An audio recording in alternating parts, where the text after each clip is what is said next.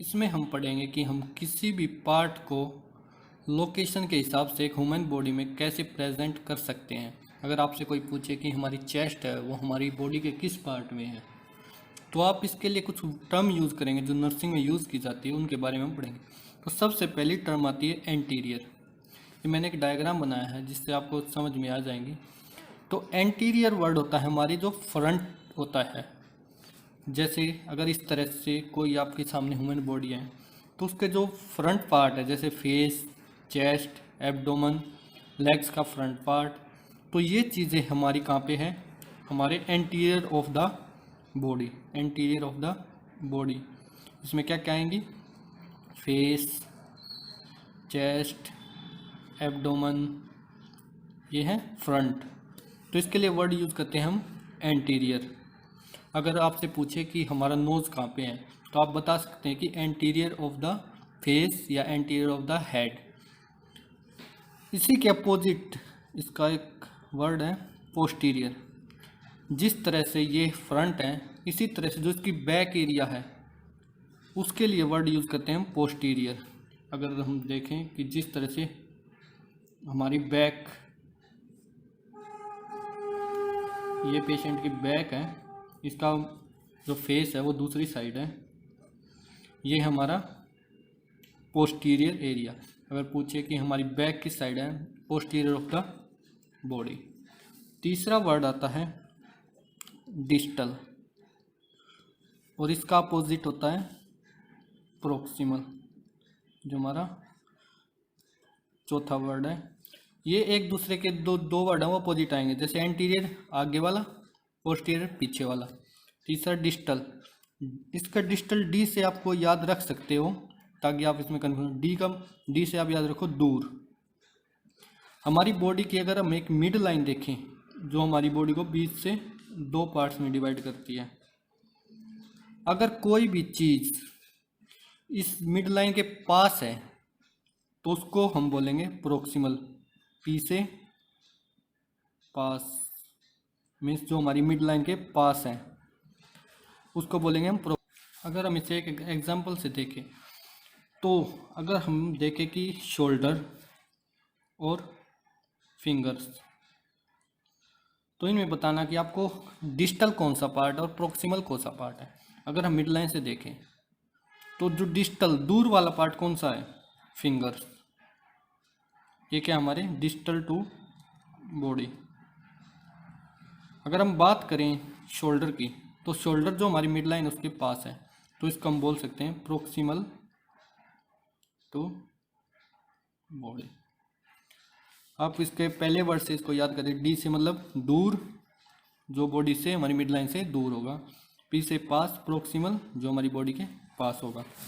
अब दो वर्ड आते हैं जो एक दूसरे के अपोजिट है, वो है डोर्सल और वेंट्रल। सबसे ज़्यादा बच्चे इन्हीं में कंफ्यूज होते हैं। मैंने इसके लिए भी एक ट्रिक बनाई है जिससे मैं खुद याद रख रहा हूँ।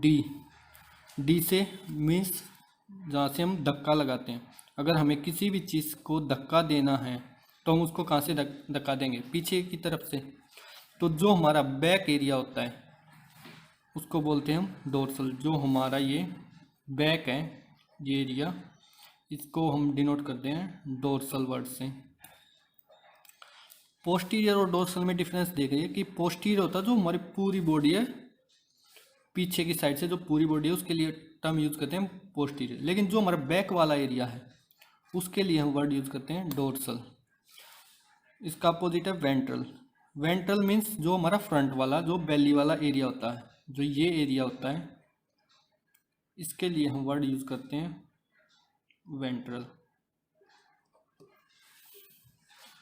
अगले जो दो वर्ड हैं वो है सुपीरियर और इन्फीरियर। सुपीरियर और इन्फीरियर, ये तो नॉर्मली आपने पहले भी सुने होंगे। सुपीरियर का मतलब ऊपर जो हमारा हेड वाला एरिया होता है, इन्फीरियर का मतलब नीचे जो हमारा लेग्स वाला एरिया होता है। ये इतने मुश्किल नहीं है।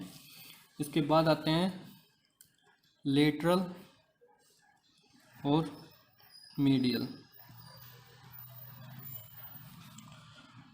इनके बारे मैं आपको बता दूँ। लेटरल होता है साइड एरिया, जो हमारे साइड वाला एरिया होता है बॉडी के, यहाँ वाला। अगर हम टेढ़ा करके अगर किसी भी ह्यूमन बॉडी को अगर टेढ़ा देखें तो ये शोल्डर वाला पार्ट,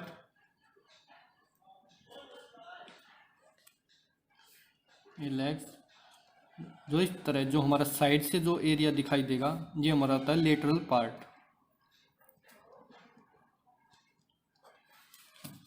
और एक दूसरा मीडियल पार्ट। मीडियल मैंने बता दिया आपको, जो मिड लाइन के पास, जो हमारी मिड लाइन होती है, मिड लाइन उसके पास का जो एरिया है वो तुम्हारा मीडियल। मीडियल उन चीज़ों लोकेशन को बताने के लिए हम यूज़ करते हैं मीडियल वर्ड का यूज़। उसके बाद दो वर्ड और हैं, एक है रोस्ट्रल, इस वर्ड का यूज़ बहुत कम यूज़ होता है नर्सिंग में, और दूसरा है कोडल। इन वर्ड को हम एग्जाम्पल से समझेंगे कि अगर इंसान की अगर पूँछ होती, जैसे इंसान बंदर से इंसान बने हैं, तो अगर पूँछ होती तो किस एरिया में होती? ये अगर बैक साइड है तो इस एरिया में इंसान की अगर आज भी पूँछ होती तो यहाँ पे होती। तो जो ये पूँछ वाला एरिया होता है, टेल वाला एरिया होता है, इस एरिया को बोलते हैं हम कोडल एरिया। अगर इसी तरह अगर हम एक ट्रांसवर्स लाइन खींच दें ह्यूमन बॉडी में, ट्रांसवर्स अगर टेढ़ी लाइन खींच दें तो इसके जो अपोजिट होगा ये है कोडल एरिया। इसके अपोजिट जो हमारी फेस के फ्रंट के सामने यहाँ जो एरिया होगा उसको बोलेंगे हम रोस्ट्रल। कोडल होगा जो हमारा टेल एरिया है, जो हमारी पूँछ वाला एरिया है, और जो उसी के अपोजिट जो हमारी फ्रंट होगा, जो फोरहेड या आइज के सामने जो फ्रंट एरिया होगा उसको बोलेंगे हम रोस्ट्रल। लेकिन इसका यूज़ बहुत ही कम होता है। मेन जो हमारे वर्ड्स हैं यूज़ जो पूरे सिलेबस में होंगे, anterior posterior, distal proximal, dorsal ventral भी थोड़ा सा कम यूज़ होते हैं, सुपीरियर इन्फीरियर और लेटरल मीडियल, ये आपको याद रखने पड़ेंगे। अब इसके बाद हम थोड़ा सा ह्यूमन बॉडी के बारे में जान लेते हैं कि ह्यूमन बॉडी कैसे बनती है।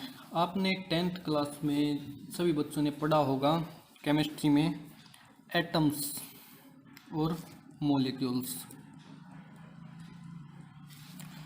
कि जो हमारी कोई भी अगर स्ट्रक्चर बनता है तो उसमें जो सबसे छोटी यूनिट होती है वो होती है एटम्स, और जो एटम्स है वो मिलके बनाते हैं, एक से ज़्यादा एटम्स जो मिलके बनाते हैं वो बनाते हैं मॉलिक्यूल्स। तो अब हम इनको इनसे आगे पढ़ना है। एटम से बनता मॉलिक्यूल्स। अगर बात करें हम लिविंग ऑर्गेनिज्म या ह्यूमन बॉडी की, तो मॉलिक्यूल्स मिलके बनाते हैं सेल। जो हमारा फर्स्ट टॉपिक होगा एनाटॉमी, जब हम ह्यूमन बॉडी के बारे में पढ़ेंगे तो हमारा फर्स्ट टॉपिक होता है सेल, जिसको हम स्ट्रक्चरल एंड फंक्शनल यूनिट बोलते हैं ह्यूमन बॉडी की। Functional unit of human body. अगर हम सबसे छोटी यूनिट अगर देखें ह्यूमन बॉडी में तो वो हम पढ़ेंगे सेल, क्योंकि जो ये एटम्स मॉलिक्यूल्स है ये नॉन लिविंग में भी होते हैं, जो हम केमिस्ट्री में पढ़ते हैं। अगर हम टेबल के स्ट्रक्चर के बारे में पढ़ते हैं उसमें भी एटम्स होते हैं, लेकिन हम बात करेंगे लिविंग ऑर्गेनिज्म तो उसमें हम छोटा जो वर्ड होता है, सबसे जो छोटी यूनिट होती है वो होती है सेल। सेल से अगर डिफरेंट सेल्स मिलके अगर कोई चीज़ बनाते हैं तो उसको बोलते हैं हम टिश्यू। फर्स्ट स्टेज है एटम्स, उससे बनेंगे मॉलिक्यूल्स, मॉलिक्यूल्स के डिफरेंट मॉलिक्यूल्स मिलके बनाते हैं हमारे सेल, सेल के बाद बनेगा हमारा टिश्यू, और जब अलग अलग टिश्यू मिल जाएंगे तो बनाएंगे एक ऑर्गन, यानी कोई भी ह्यूमन ऑर्गन बनाएंगे, जिसका एग्जांपल है स्टोमक, लंग और लीवर, कुछ भी जितने भी हमारे ऑर्गन्स होते हैं। और ये सभी ऑर्गन्स मिलके बनाते हैं ऑर्गन सिस्टम। अभी सिस्टम्स हम एक बार पढ़ेंगे सारे एग्जांपल, जैसे रेस्पिरेटरी सिस्टम, डाइजेस्टिव सिस्टम, और ये सभी सिस्टम मिलके बनाते हैं एक कंप्लीट ह्यूमन बॉडी।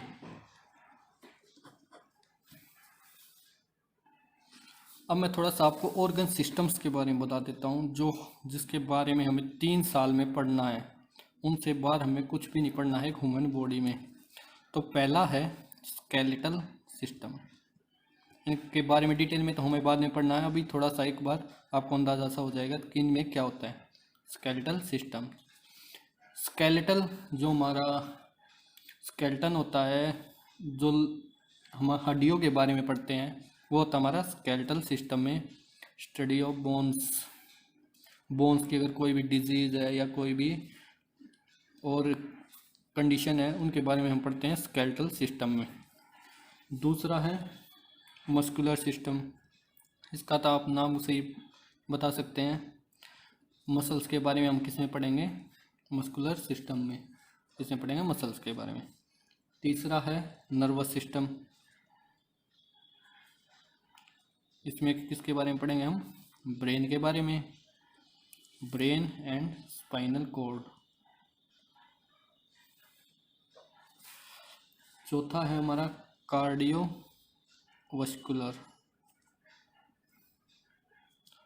इसमें पढ़ेंगे हम हार्ट और जिसे हम हिंदी में बोलते हैं नसें, जो हमारे बॉडी में पूरी खून पहुंचाती हैं, वो आती हैं हमारी कार्डियोवास्कुलर सिस्टम।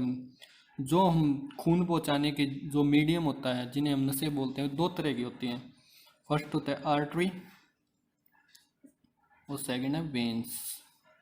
इनके बारे में हम जब ये सिस्टम पढ़ेंगे तब डिटेल में पढ़ेंगे। अभी बता रहा हूँ कि हार्ट और जो हमारी ये आर्टरी वेन्स होते हैं, इनके बारे में पढ़ेंगे कार्डियोवास्कुलर सिस्टम में। 5वां जो सिस्टम है वो है रेस्पिरेटरी। इसमें हम जो हमारा मेन ऑर्गन है लंग्स के बारे में पढ़ेंगे।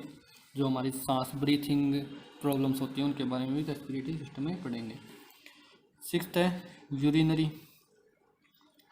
यूरिनरी का हमारा जो मेन ऑर्गन है वो है किडनी, जो हमारी यूरिन फॉर्मेशन करती है किडनी। इसके बारे में जो यूरिनरी ब्लैडर होता है या जो भी यूरेथ्रा होता है, उन सभी के बारे में पढ़ेंगे हम यूरिनरी सिस्टम में। उसके बाद है डाइजेस्टिव सिस्टम। इसमें पढ़ेंगे कि जो हम खाना खाते हैं वो डाइजेस्ट कैसे होता है।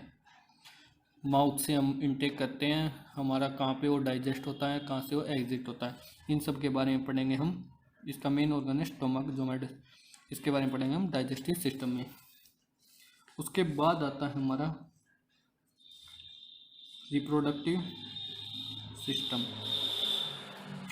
जो हमारे रिप्रोडक्टिव पार्ट्स होते हैं, फीमेल ओवरीज, टेस्टिस, इन सभी के बारे में हम पढ़ेंगे रिप्रोडक्टिव सिस्टम में।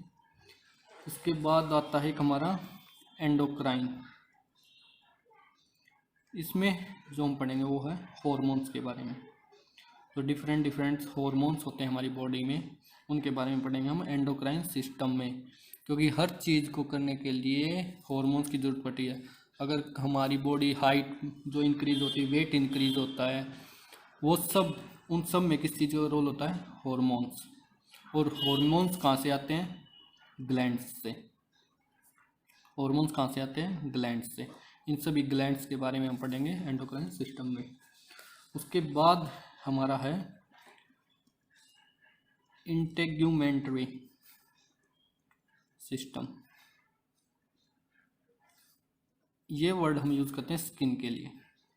जो बाहर से जो हमारी स्किन है उसके बारे में, उसकी स्किन डिजीज़ होती हैं या और सब, उनके बारे में पढ़ेंगे हम इंटेग्यूमेंट्री सिस्टम। तो ये जो हमारे 10 सिस्टम्स हैं, इन्हीं के बारे में हमें पूरी नर्सिंग में पढ़ना है। इनसे बाहर हमें एनाटॉमी या पूरी नर्सिंग कुछ भी नहीं पढ़ना है। तो जो पहली यूनिट है वो हमारी ओवरऑल कवर हो चुकी है। लेकिन आपको एक बात, जो बुक है मैंने बताई है, उससे आपको सेल्फ स्टडी करना पड़ेगा, क्योंकि वरना ये एक बार में समझ में नहीं आएगा जो मैंने समझा दिया है इसे। और ये ऑफलाइन वीडियो आप इसको 2 से 3 बार 4 बार कितनी बार इसको देख सकते हो। और पीछे जो हमारी यूनिट ख़त्म होती है बुक में कुछ टर्म्स दी हुई हैं, जो एनाटॉमिकल टर्मिनोलॉजी हैं, वो अभी आपको एक बार बस पढ़नी है, ज़्यादा रटने की जरूरत नहीं। क्योंकि अभी अगर मैं उसको याद करने के लिए बोलूँगा तो आपको रटी जाएंगी, लेकिन आप 2-3 दिन में उसको भूल जाएंगे।